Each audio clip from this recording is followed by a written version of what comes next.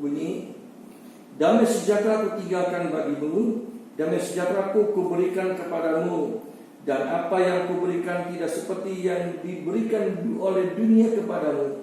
Janganlah gelisah dan gentar hatimu. Saudara dikasihi Tuhan, Yesus sampaikan pesan-pesan ini kepada murid-muridnya sebelum dia meninggalkan muridnya untuk mati di kayu salib dan kembali ke dalam pangkuan Bapa di surga.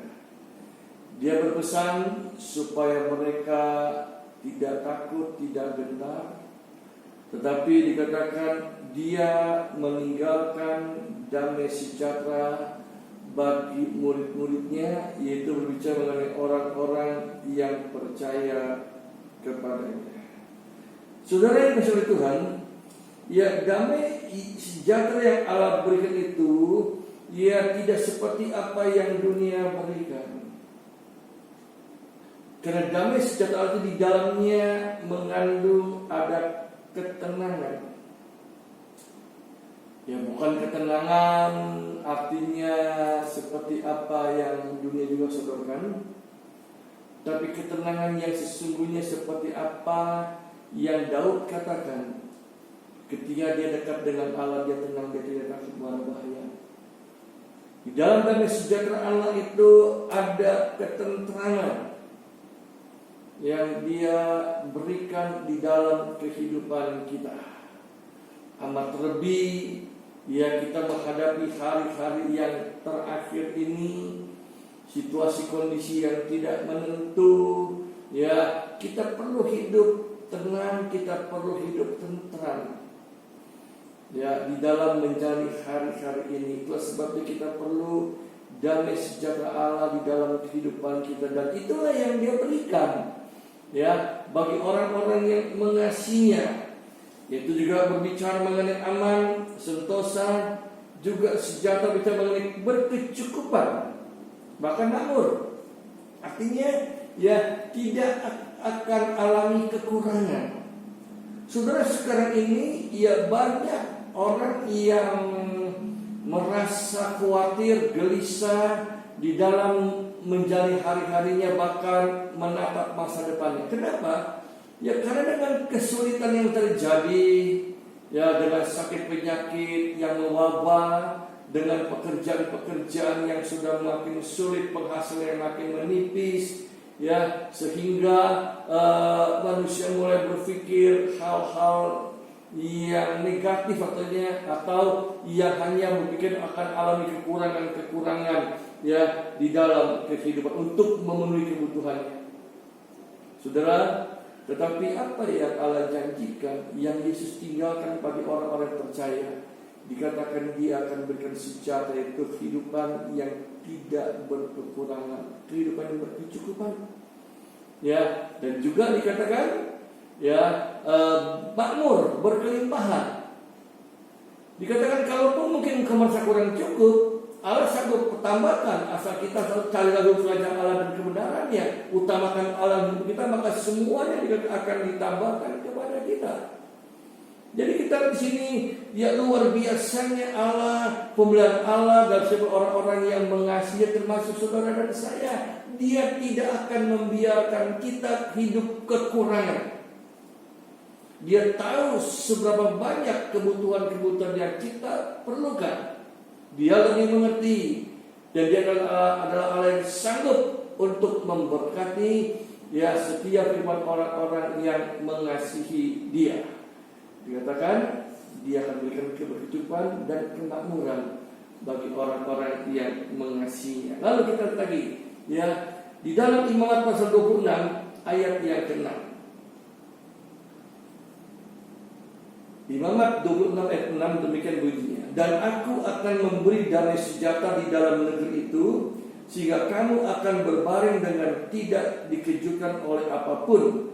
Aku akan melenyapkan binatang buas dari negeri itu, dan pedang tidak akan melintas di negerimu. Saudara, bagaimana janji Allah kepada umat-umatnya yang akan dibawa ke negeri yang Allah sudah janjikan kepada Bapak Abraham, Ishak dan Yakub. Waktu mereka sudah keluar dari perbudakan Mesir menuju ke negeri yang Allah janjikan, maka ini salah satu janji Allah. Bagaimana di dalam janji Allah yang Dia akan memberikan damai sejahtera itu, yaitu di dalam damai sejahtera dikatakan ada keamanan, ketentraman, keamanan. Allah menjamin keamanan bagi anak-anaknya.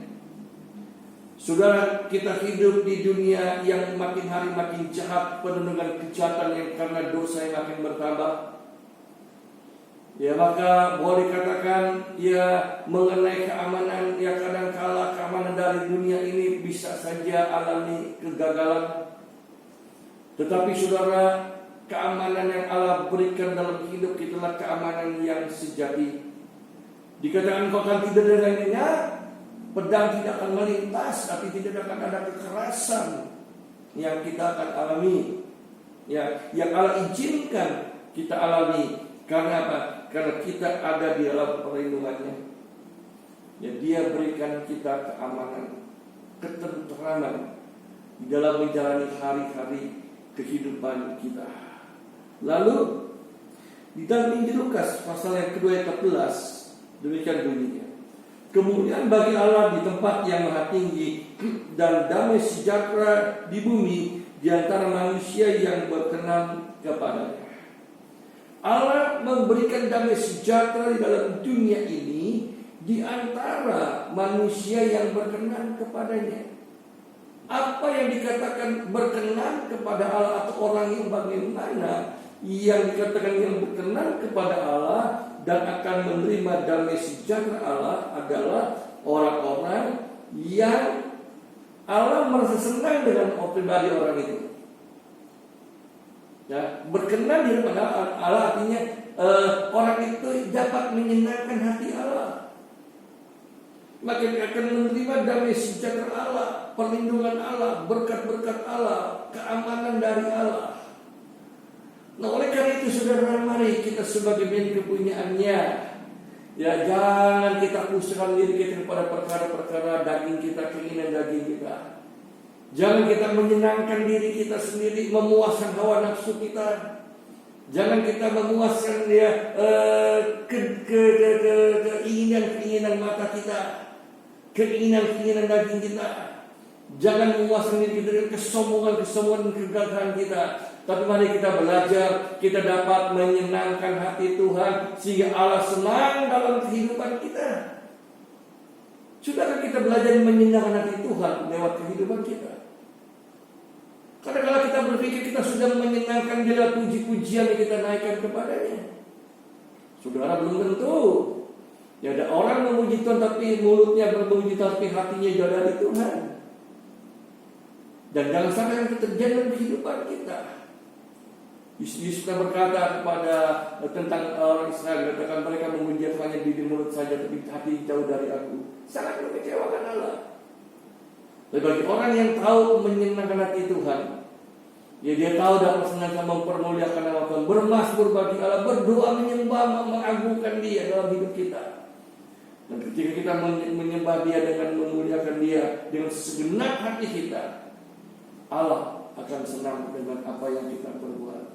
Dan ketika kita dapat menyenangkan hati Allah, ya maka dikatakan Allah akan mengirimkan damai sejahtera dalam hidup kita. Sehingga kita menjadi orang-orang yang alami ketentraman, ketenangan, berkecukupan, ya di hari-hari yang makin hari makin sulit ini. Tapi akan Allah nyatakan kemuliaan, perbedaannya antara orang-orang yang berharap kepada Tuhan dengan orang-orang yang tidak berharap kepada Allah. Mari saudara, jadilah anak-anak yang dikasih oleh Tuhan.